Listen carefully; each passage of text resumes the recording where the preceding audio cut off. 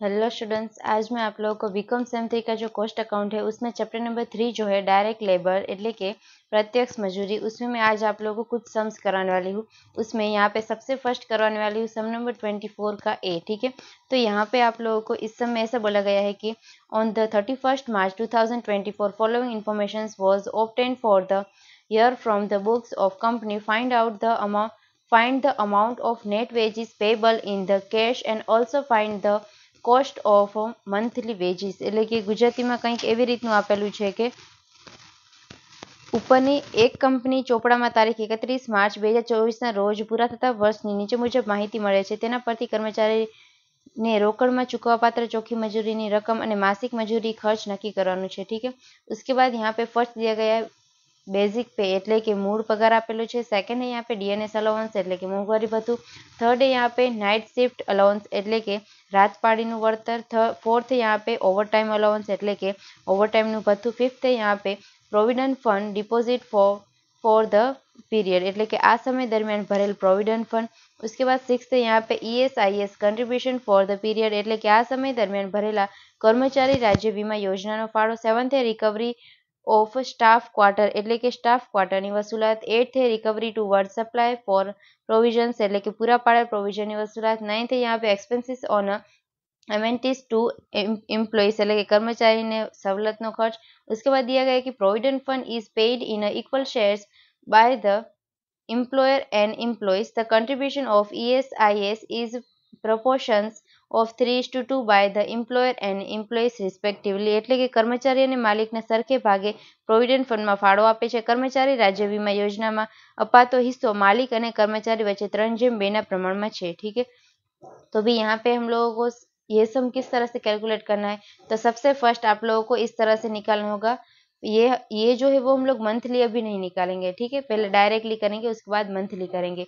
जो भी ये वीडियो को देख रहा है वो जल्दी से चैनल को सब्सक्राइब कर दे और वीडियो को लाइक और शेयर करना मत भूलना।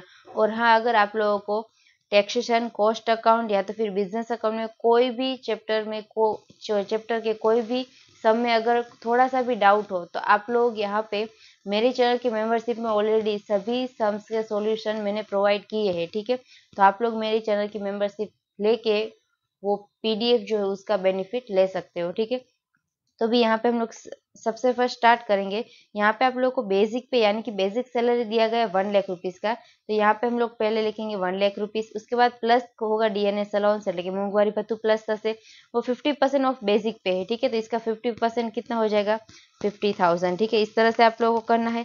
उसके बाद आगे यहाँ पे आप लोगों को नाइट शिफ्ट अलाउंस दिया गया है, वो भी यहाँ पे आएगा 12,000 रुपीज का।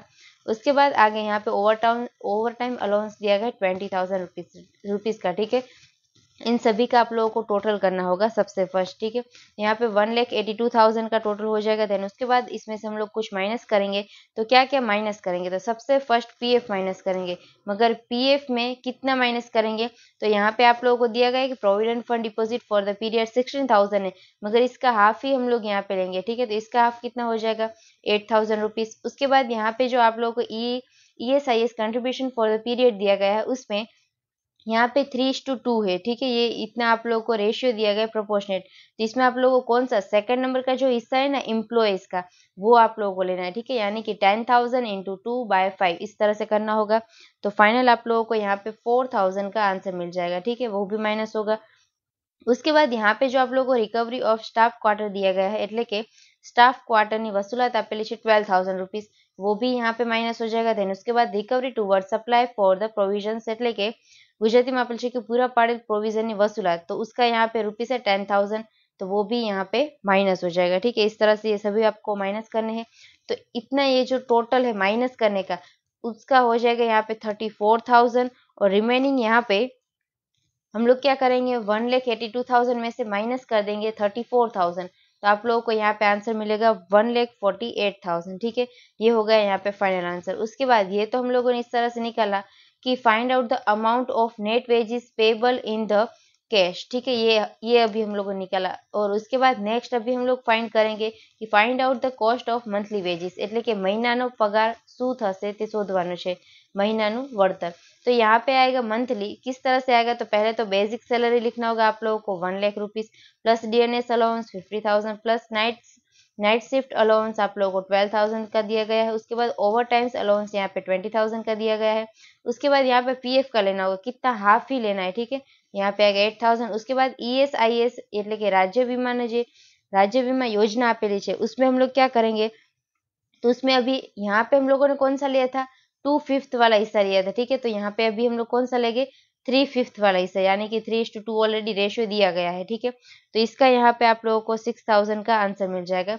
उसके बाद यहाँ पे expenses on amenities to employees એટલે કે અહીંયા આગળ કર્મચારીઓને સવલતનો ખર્ચ આપેલો છે 6,000 रुपीज का, तो वो भी यहाँ पे आ जाएगा, ठीक है। इन सभी का आप लोगों को टोटल करना होगा, तो टोटल हो जाएगा 2,02,000, ठीक है। अभी यहाँ पे आपको मंथली निकालना है, तो हमको यहाँ पे क्या करना होगा, तो जो भी आंसर आया 2,02,000 रुपीज का उसको डिवाइडेड बाय 12 मंथ्स करना होगा, ठीक है। तो फाइनल आप लोगों को पर मंथ का कितना मिलेगा, 16,833, ठीक है। इतना आप लोगों को आंसर मिल जाएगा। ये यहाँ पे इस सम का फाइनल आंसर हो गया। उसके बाद आगे मैं आप लोगों को सम नंबर 28 का बी एंड सी करवाने वाली हूँ। तो यहाँ पे बी में आप लोगों को ऐसा बोला गया है कि find the total wages and the wages expenses पर hours from the following information for the month of April. Basic salary क्या है वो ही आपको फाइंड करना है यहाँ पे, ठीक है, वो क्वेश्चन मार्क है। उसके बाद डीएनएस अलाउंस दिया गया, लीव सैलरी भी दिया गया, कंट्रीब्यूशन टू यहाँ पे प्रोविडेंट फंड भी दिया गया 10% ऑफ द बेसिक सैलरी, ठीक है। तो वो तो हमको फाइंड करना है। End of DNS allowance was 16,000। એટલે કે ગુજરાતીમાં એવી રીતનું આપેલ છે કે એપ્રિલ માસની નીચે આપેલ માહિતી પરથી એક માસની કુલ મજૂરી અને કલાક દીઠ મજૂરી ખર્ચ શોધવાનો છે। મૂળ પગાર આપેલ નથી તે શોધવાનો છે। મોંઘવારી ભથ્થું 60% છે પગારના, રજાનો પગાર છે મૂળ પગારના 40% અને મૂળ પગાર અને મોંઘવારી ભથ્થાની કુલ રકમ 10% લેખે પ્રોવિડન્ટ ફંડનો ફાળો 16,000 આપેલો છે। तो इस तरह से यहाँ पे आप लोगों को इन्फॉर्मेशन दी गई है। तो यहाँ पे आपको करना क्या था, सबसे फर्स्ट तो सैलरी फाइंड करना है, ठीक है, कि बेसिक सैलरी उसकी क्या है। तो बेसिक सैलरी के लिए हम लोग यहाँ पे क्या यूज करेंगे, तो पहले लिखेंगे कि अज्यूम हमको करना होगा क्या, तो बेसिक सैलरी हमारी एक्स है, ठीक है, इतना हम लोग अज्यूम कर देंगे। उसके बाद इसमें आप लोग को डीएनएस अलाउंस कितना दिया गया है, 60% है, तो यानी कि एक्स का 16% किस तरह से निकलेगा, तो 0.60 एक्स निकल जाएगा, ये हो जाएगा डीएनएस अलाउंस, ठीक है। देन उसके बाद यहाँ पे पीएफ का कंट्रीब्यूशन आप लोगों को दिया गया है कि 16,000 का है, और वो किसके सामने है, तो जो बेसिक सैलरी है वो प्लस डीएनएस अलाउंस है वो, ठीक है, इसका 10% है, यानी कि basic salary plus DNS allowance जो भी आंसर आएगा उसका 10% है पीएफ। तो बेसिक सैलरी हमारा क्या है एक्स, प्लस डीएनएस अलाउंस हमारा क्या है 0.60 एक्स इंटू 10%, ठीक है। इन सभी को आपको सोल्व करना होगा, तो फाइनल आप लोगों को X equals to 1 lakh rupees मिल जाएगा, ठीक है। ये 1 लाख क्या हो जाएगा, बेसिक सैलरी। तो अभी इसको तो सोल्व करना आपको आना ही चाहिए। जैसे कि यहाँ पे क्या है, मल्टीप्लाई है 10% है, ठीक है, तो यहाँ पे जाएगा तो डिवीजन हो जाएगा, यानी कि 16,000 डिवाइडेड बाय 10%, ठीक है।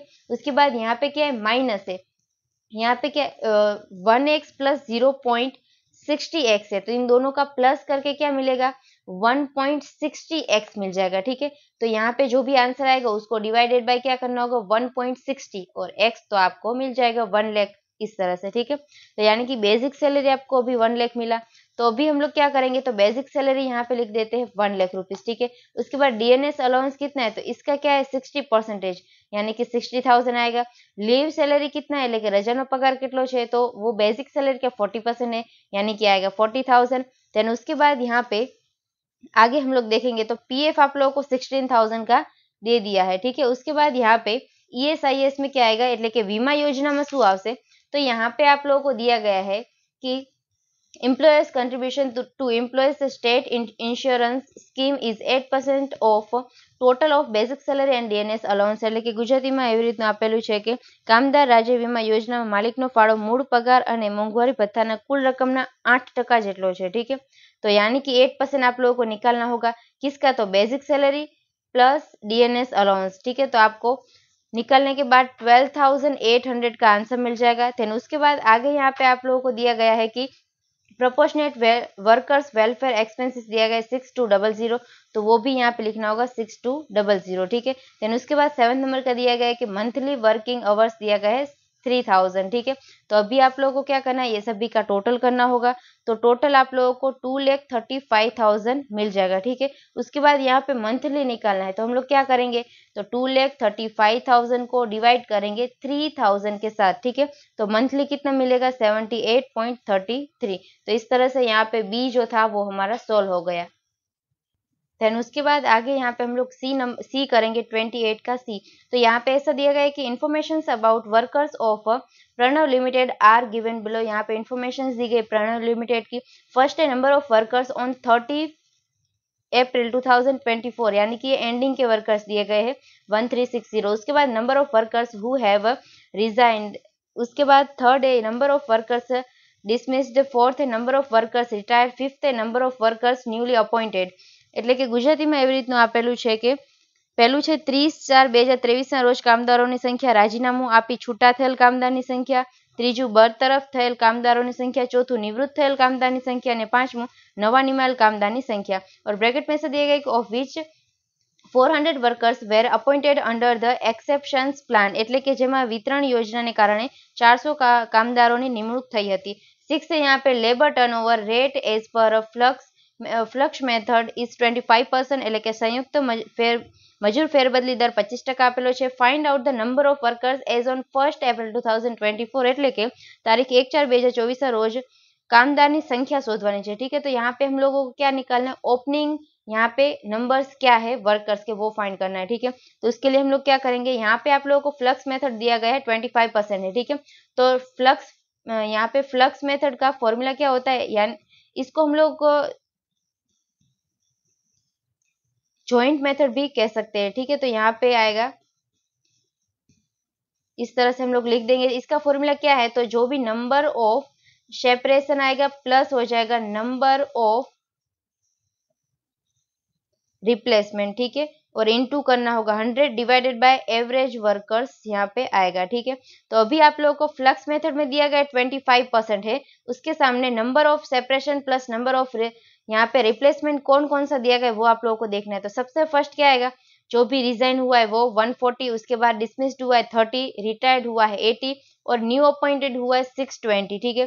तो ये सभी आप लोगों को यहाँ पे लेने हैं। तो हम लोग क्या करेंगे, 140 प्लस 30 प्लस 80 और उसके बाद यहाँ पे आपको 620 दिया गया, मगर उसमें क्या है, तो एक्सेप्शंस प्लान में कितने हैं, 400 वर्कर्स है। तो यानी कि इसमें से आप लोगों को 400 माइनस कर देने हैं। એટલે કે ગુજરાતીમાં એવી રીતનું આપેલું છે કે જે કામદારો છે તેમાં 400 કામદારો વિતરણ યોજનાના કારણે આમાં 400 નું જે છે નવું નિમાયેલ કામદારોની સંખ્યા છે, ठीक है। यानी कि 400 જે છે તે આમાંથી માइनस કરવામાં આવશે, यानी कि 400 को इसमें से माइनस करना होगा। तो फाइनल आपको आंसर कितना मिलेगा, 25% इक्वल्स टू, तो ये सभी का प्लस करना होगा और इसमें से कितना बचेगा, तो 220 ही बचेगा रिमेनिंग, ठीक है। तो उसके बाद आपको आंसर कितना मिलेगा, तो यहाँ पे आएगा 1880, ठीक है। ये क्या मिलेगा, तो एवरेज मिलेगा। जैसे कि हम लोगों ने यहाँ पे एवरेज नंबर लिखा, ठीक है, एवरेज वर्कर्स नंबर, तो वो तो हमको मालूम नहीं, तो हम लोगों ने एक्स अज्यूम किया, तो एक्स यहाँ पे आ जाएगा और 25 डिवाइडेड बाय हो जाएगा, ठीक है। यानी कि एक्स इक्वल्स टू ये सभी का टोटल करना होगा, first second third and fourth का, और डिवाइडेड बाय 25 ही करना है, ठीक है। तो आपको 1880 एक्स मिल जाएगा, ठीक है। तो ये एक्स तो हमको मिला, तो हम लोगों ने एक्स यहाँ पे क्या लिया था, तो एवरेज वर्कर्स नंबर, ठीक है, એટલે કે સરેરાશ કામદારની સંખ્યા લીધેલી હતી। तो एवरेज वर्कर्स नंबर हम लोग यहाँ पे लिखेंगे इक्वल्स टू कितने हैं, 1880 है। उसके बाद हमको एवरेज वर्कर्स किस तरह से मिलते हैं, तो हम लोग यहाँ पे लिखते हैं ओपनिंग प्लस क्लोजिंग जो भी होता है वो डिवाइडेड बाय 2 करते हैं। तो ओपनिंग तो हमको फाइंड करना है, ठीक है। तो 1880 इक्वल्स टू एक्स, इसको भी हम लोग अज्यूम करेंगे, प्लस क्लोजिंग के आपको कितने दिए गए हैं वो भी यहाँ पे देखना होगा, ठीक है। तो यहाँ पे लास्ट के यानी कि एंडिंग के 1360 दिए गए हैं, तो 1360 में लिख दूंगी, डिवाइडेड बाय 2 हो जाएगा, यानी कि 2 यहाँ पे जो है वो डिविजन में इक्वल टू के इस साइड आएगा तो मल्टीप्लाय हो जाएगा એટલે કે 2 જે છે તે ભાગાકારમાં છે બરાબરની આ બાજુ આવશે तो ગુણાકારમાં થઈ જશે तो 1880 मल्टीप्लाई 2 से हो जाएगा इक्वल टू यहाँ पे x एज इट इज हम लोग लिख देते हैं। उसके बाद ये जो है 1360 वो यहाँ पे प्लस में है इक्वल टू के इस साइड आएगा तो माइनस हो जाएगा तो -1360 એટલે કે 1360 જે છે પ્લસમાં છે બરાબરની આ બાજુ આવશે તો માઇનસ થઈ જશે तो यानी कि आपको x equals to final answer 2400 मिलेगा। ठीक है, ये हो जाएंगे ओपनिंग के वर्कर्स એટલે કે શરૂઆતના कामदारों થશે। तो यानी कि इसमें आप लोगों को जो पूछा गया था ओपनिंग के वर्कर्स फाइंड करने के लिए वो हम लोगों ने फाइंड कर लिया। ठीक है, तो जब भी आप लोगों को एग्जाम में इस टाइप के सम्स पूछे जाए तो इस तरह से सॉल्व करने होंगे। तो यहाँ पे सम नंबर 28 का जो सी था वो कंप्लीट होता है। I hope you understand and thank you all.